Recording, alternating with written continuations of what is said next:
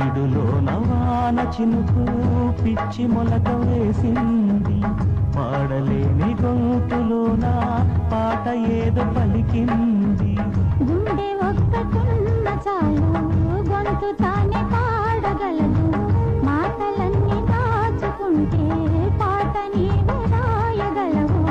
రాత రాని వాడి రాత దేవుడేమి రాశాడో.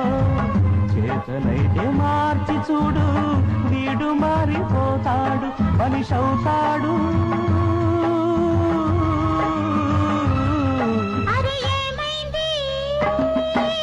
మనసుకు రెక్కలొచ్చి ఎక్కడికో ఎగిరింది. అది ఏమైంది?